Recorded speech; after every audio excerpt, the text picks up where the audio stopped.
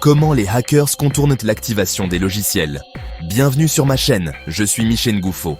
Suite à ma dernière vidéo sur les logiciels craqués, vous avez été nombreux à me demander comment les hackers parviennent à contourner les mécanismes d'activation des logiciels. Aujourd'hui, je vais tout vous expliquer en détail.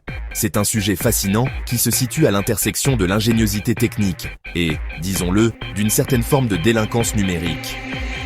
Comprendre ces mécanismes est crucial, non seulement pour les développeurs qui cherchent à protéger leur travail, mais aussi pour les utilisateurs curieux de savoir ce qui se passe en coulisses. Dans cette vidéo, nous allons plonger au cœur des stratégies employées par ceux qui cherchent à utiliser des logiciels sans passer par la case achat ou abonnement. Nous explorerons les différentes méthodes d'activation que les éditeurs de logiciels mettent en place, souvent avec beaucoup d'efforts, pour s'assurer que seuls les utilisateurs légitimes puissent accéder à toutes les fonctionnalités de leurs produits. Ensuite, nous décortiquerons, étape par étape, les techniques de piratage les plus courantes, de la rétro-ingénierie au patching, en passant par la génération de clés. L'objectif n'est pas d'encourager ces pratiques, bien au contraire, mais de sensibiliser aux vulnérabilités existantes. Enfin, et c'est peut-être la partie la plus importante pour beaucoup d'entre vous, surtout si vous êtes développeur ou aspirant développeur, nous discuterons des failles les plus fréquemment exploitées et, surtout, des bonnes pratiques à adopter pour renforcer la sécurité de vos propres applications. Il est essentiel de comprendre l'adversaire pour mieux se défendre. Alors, si vous êtes prêts à découvrir les secrets de la guerre invisible que se livrent créateurs de logiciels et hackers, restez avec moi. C'est parti pour un voyage instructif dans le monde de la sécurité logicielle et de ses défis constants. Pour bien commencer, il est essentiel de comprendre qu'il y a toujours deux côtés à cette médaille. Deux perspectives diamétralement opposées, mais intrinsèquement liées. D'un côté, nous avons les créateurs de logiciels, les développeurs, les entreprises. Ces acteurs investissent des sommes considérables, parfois des années de travail acharné, pour concevoir, développer, tester et maintenir des applications qui nous sont utiles au quotidien, que ce soit pour le travail, la créativité ou le divertissement. Leur modèle économique repose souvent sur la vente de licences ou sur des abonnements, ce qui leur permet de continuer à innover et à fournir un support.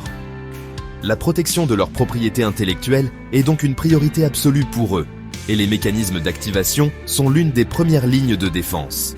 Ces mécanismes d'activation sont conçus pour être robustes, pour vérifier que l'utilisateur a bien acquis légalement le droit d'utiliser le logiciel. Cela peut impliquer des serveurs dédiés, des algorithmes de cryptage complexes, des vérifications matérielles et bien d'autres astuces techniques. L'objectif est de rendre la tâche des pirates la plus ardue possible. Les développeurs passent un temps considérable, non seulement à créer les fonctionnalités du logiciel, mais aussi à imaginer comment ces protections pourraient être contournées, afin de les renforcer en amont. C'est une course constante, car chaque nouvelle méthode de protection engendre inévitablement de nouvelles tentatives pour la briser. Ils sont les gardiens du temple, cherchant à préserver la valeur de leur création. D'un autre côté, nous avons les hackers, ou plus précisément dans ce contexte, les crackers. Ce sont des individus ou des groupes, souvent très compétents techniquement, qui voient ces mécanismes de protection comme un défi à relever. Leurs motivations peuvent être variées. Certains le font pour la gloire, pour prouver leur habileté, d'autres pour un gain financier en revendant des versions piratées, et certains encore par conviction idéologique, prônant un accès libre et gratuit à tous les logiciels. Quelle que soit leur motivation, leur approche est systématique. Ils analysent minutieusement le fonctionnement du logiciel et de ses protections. Ils cherchent la moindre faille, la plus petite négligence dans la conception du système d'activation. Ces hackers utilisent une panoplie d'outils et de techniques allant de l'analyse statique et dynamique du code à la surveillance du trafic réseau, en passant par le débogage avancé. Ils décortiquent les algorithmes, observent les échanges de données et tentent de comprendre la logique interne des vérifications de licences. Leur but est d'identifier un point faible qui leur permettra soit de générer une clé de licence valide, soit de modifier le comportement du logiciel pour qu'il se croie activé, soit de désactiver complètement la routine de vérification. C'est un travail de patience, de persévérance et d'une grande acuité technique. Ils sont les assaillants, toujours à l'affût de la brèche. Avant de pouvoir comprendre comment les hackers contournent les systèmes d'activation, il est fondamental de savoir comment ces systèmes fonctionnent. Les éditeurs de logiciels ont développé une variété de méthodes pour s'assurer que seuls les utilisateurs ayant légitimement acquis une licence puissent utiliser pleinement leurs produits. Ces méthodes peuvent être regroupées en quelques grandes catégories, chacune avec ses propres forces et faiblesses. La première et la plus courante aujourd'hui est l'activation en ligne. Ce mécanisme repose sur une communication directe entre le logiciel installé sur l'ordinateur de l'utilisateur et un serveur distant géré par l'éditeur. Lors de la première utilisation ou de l'installation, le logiciel demande à l'utilisateur de saisir une clé de licence, un numéro de série, ou parfois simplement de se connecter à un compte utilisateur. Ces informations sont ensuite transmises au serveur d'activation. Le serveur vérifie la validité de la clé ou des identifiants, s'assure qu'elle n'a pas été utilisée sur un nombre excessif d'appareils, selon les termes de la licence, et renvoie une réponse au logiciel. Si la validation est réussie, le logiciel est déverrouillé et toutes ses fonctionnalités deviennent accessibles. Cette méthode permet un contrôle en temps réel et peut faciliter la gestion des licences pour les entreprises, mais elle nécessite une connexion Internet, du moins pour l'activation initiale. Une autre approche, souvent utilisée en complément ou comme alternative, est l'activation hors ligne. Cette méthode est particulièrement utile pour les environnements où l'accès à Internet est limité ou inexistant, comme dans certaines entreprises ou institutions gouvernementales.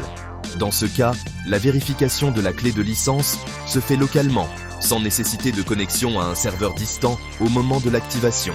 Typiquement, l'utilisateur entre une clé de licence et le logiciel utilise un algorithme interne pour vérifier sa validité.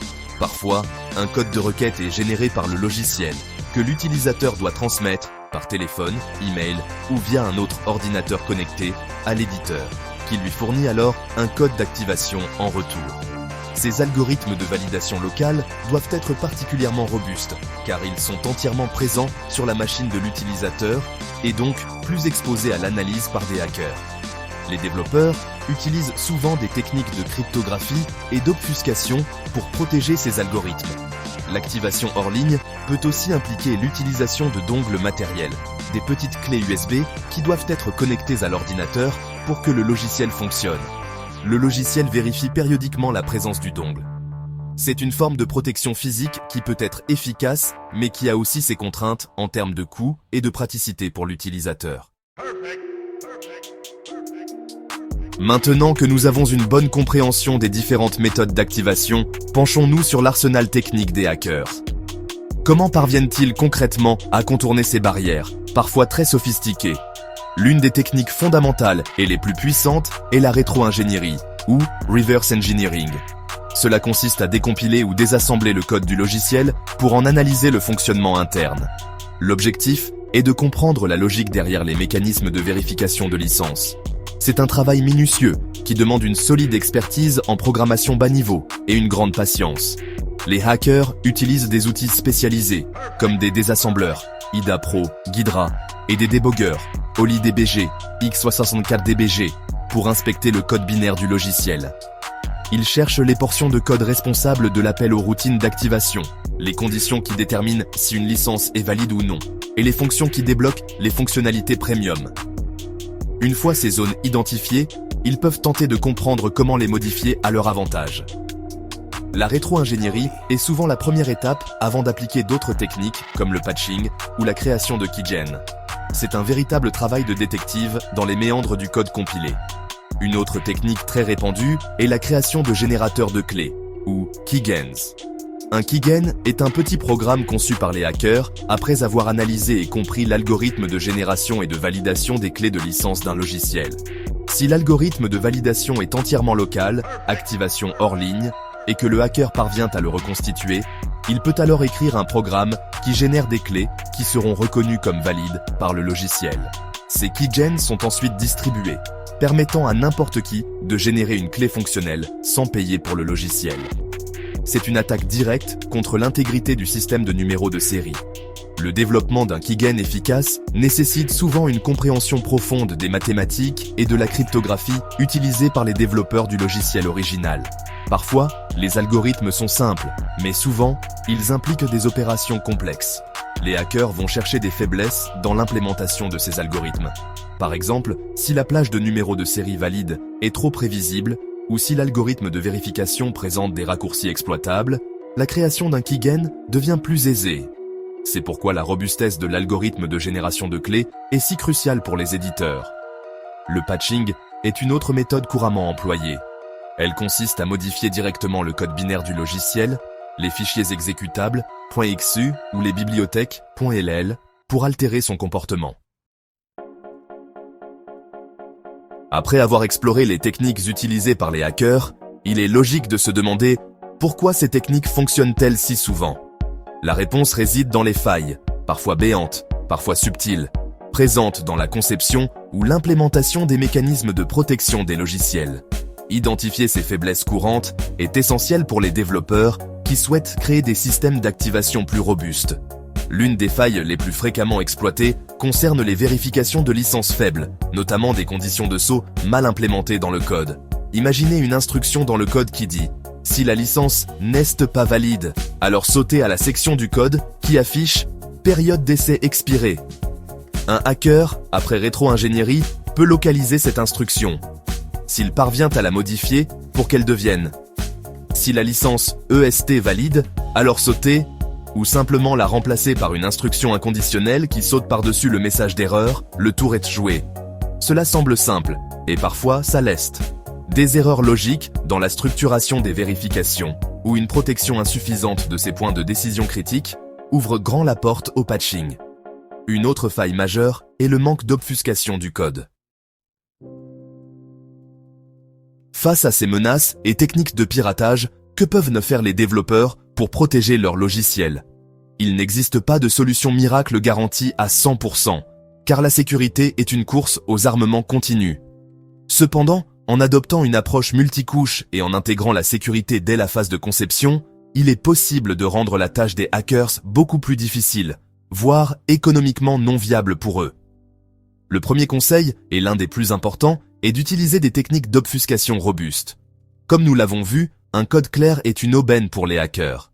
L'obfuscation vise à transformer le code de votre application, que ce soit du code source avant compilation ou du code compilé, en une version sémantiquement équivalente mais beaucoup plus difficile à comprendre pour un humain ou un outil d'analyse. Cela peut inclure le renommage des variables et fonctions avec des noms insignifiants, l'insertion de codes morts ou de structures de contrôle complexes et inutiles, le cryptage de chaînes de caractères ou encore l'aplatissement du flux de contrôle. Des outils d'obfuscation spécialisés existent pour de nombreux langages et plateformes, et leur utilisation devrait être une pratique standard pour tout logiciel commercial. Ensuite, il est crucial d'implémenter une validation côté serveur solide et de ne pas se fier uniquement à des vérifications locales. L'autorité finale concernant la validité d'une licence devrait toujours résider sur un serveur que vous contrôlez. Le logiciel client devrait régulièrement communiquer avec ce serveur de manière sécurisée, en utilisant HTTPS avec certificat pinning par exemple, pour vérifier l'état de la licence. Cette approche rend la création de keygens beaucoup plus difficile, car l'algorithme de validation n'est pas sur la machine cliente, et complique le patching, car même si le client est modifié, le serveur peut toujours refuser l'accès si la licence n'est pas valide côté serveur.